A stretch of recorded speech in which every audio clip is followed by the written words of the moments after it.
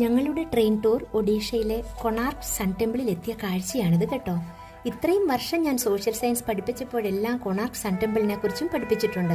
പക്ഷെ നേരിട്ട് കണ്ടപ്പോഴാണ് അതിന്റെ ബൃഹത്തായ രൂപവും കമനീയമായ കലിംഗ വാസ്തുശില്പ വിദ്യയും കണ്ണഞ്ചിക്കുന്ന കൊത്തുപണികളും കൊണ്ട് വാക്കുകളിൽ വർണ്ണിക്കാനാവാത്ത ഒരു ശില്പ അത്ഭുതമാണിതെന്ന് മനസ്സിലായത്. അതാണ് കൊണാർക്ക് സൂര്യക്ഷേത്രം. സംസ്കൃതത്തിൽ കോൺ എന്നാൽ ദിക്ക്, മൂല എന്നൊക്കെയാണ് അർത്ഥം. അർക്കൻ എന്നാൽ സൂര്യൻ. കിഴക്കുദിച്ച സൂര്യക്ഷേത്രം എന്നാണ് ഇതിന്റെ അർത്ഥം.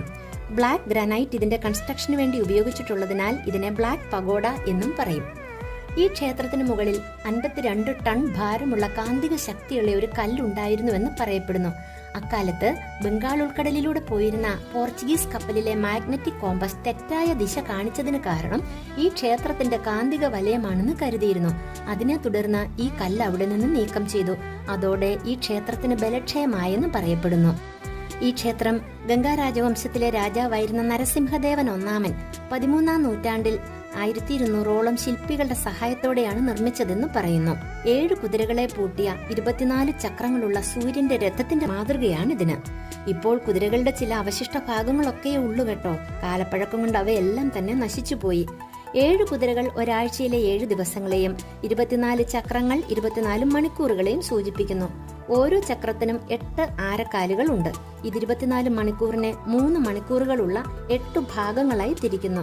2 ആരക്കാലുകൾക്കിടയിലുള്ള കനം കുറഞ്ഞ ആരക്കാലുകൾ 1.5 മണിക്കൂറിനെയാണ് സൂചിപ്പിക്കുന്നത്. ഈ ചക്രങ്ങളിൽ സൂര്യപ്രകാശം അടിക്കുമ്പോഴുണ്ടാകുന്ന നിഴൽ നോക്കി സമയം മനസ്സിലാക്കാം. ക്ഷേത്രത്തിലേക്ക് ചെല്ലുമ്പോൾ ആദ്യം കാണുന്നത് നാട്യമന്ദിരമാണ്. 108 കരണങ്ങൾ ഉൾപ്പെടെയുള്ള എല്ലാ നൃത്തരൂപങ്ങളും കൂടാതെ ഇറോട്ടിക് സിംബൽസും കൊത്തിവെച്ചിരിക്കുന്നു.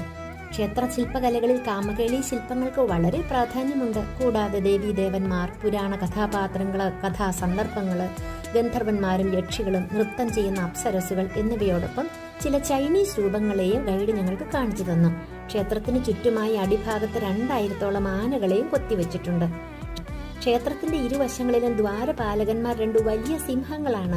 പ്രവേശന കവാടത്തിൽ ആന തുമ്പിക്കൈയിൽ ഒരു മനുഷ്യനെ ചുറ്റിപ്പിടിച്ചിരിക്കുന്നു. ആ ആനയെ ഒരു സിംഹം കീഴ്പ്പെടുത്തുന്നു. രാജകീയ ചിഹ്നങ്ങളായിട്ടാണ് ഇവയൊക്കെ കണക്കാക്കുന്നത്. ക്ഷേത്രം ഇടിഞ്ഞു വീഴാതിരിക്കാൻ അകം മുഴുവൻ കല്ലും മണ്ണും കൊണ്ട് നിറച്ചിരിക്കുകയാണ്. 1984-ൽ യുനെസ്കോ കൊണാർക്കിനെ വേൾഡ് ഹെറിറ്റേജ് സൈറ്റായി പ്രഖ്യാപിച്ചു.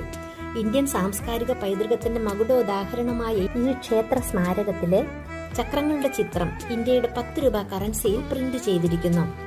ഈ ക്ഷേത്രം ഒരു അതിമനോഹരമായ ദൃശ്യവിസ്മയമാണ് ഞങ്ങൾക്ക് ഒരുക്കി തന്നത്. നിറഞ്ഞ ചാരിതാർത്ഥ്യത്തോടെയാണ് ഞങ്ങൾ ഇവിടെ നിന്നും മടങ്ങിയത്. വീഡിയോ സബ്സ്ക്രൈബ് ചെയ്യാൻ മറക്കല്ലേ. Thank you.